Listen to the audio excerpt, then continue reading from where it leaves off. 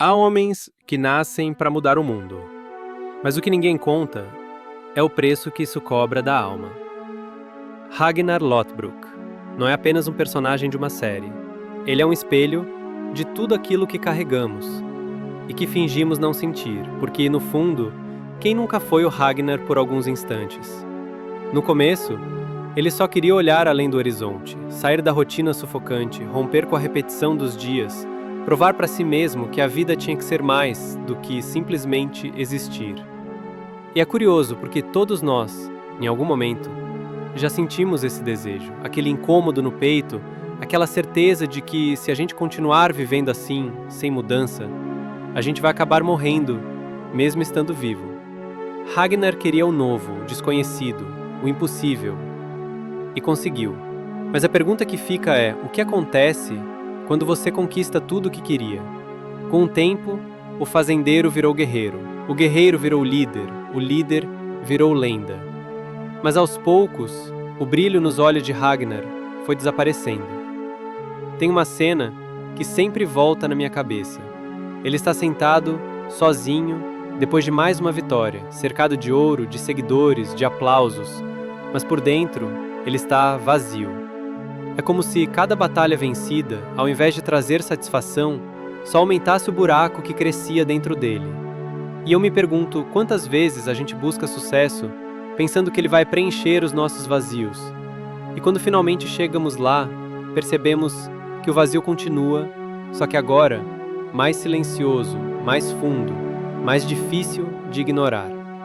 Talvez o momento em que Ragnar começou a morrer de verdade não foi na Cova das Serpentes, mas sim no dia em que ele perdeu Athelstan, aquele amigo que era como um irmão de alma, alguém que conseguia, de alguma forma, entender o que se passava na cabeça dele.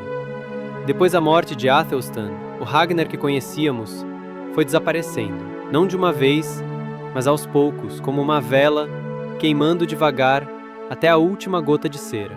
E é aí que a série deixou de ser só uma história de Vikings e virou um retrato de como a solidão é capaz de destruir alguém, mesmo os mais fortes. Ser forte, ser líder, ser exemplo, tudo isso tem um preço, e o preço é o cansaço, mas não aquele cansaço físico que um banho quente e uma noite de sono resolvem. É o cansaço da alma, aquele que faz você olhar para o céu e se perguntar: até quando? O Ragnar dos últimos episódios não era um guerreiro faminto por glória, era só um homem cansado, buscando uma maneira de dar um fim digno a uma vida que já não fazia mais sentido para ele.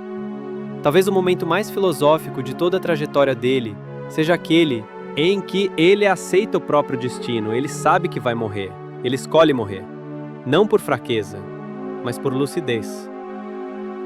Porque tem horas que lutar já não faz sentido, que a melhor batalha é simplesmente aceitar. Aceitar que tudo tem um ciclo, que até os maiores heróis um dia descansam. E quando ele se entrega, ele faz isso com um olhar que mistura resignação com um estranho alívio. Olhando hoje, eu percebo que Ragnar Lothbrok nunca foi só um personagem de TV.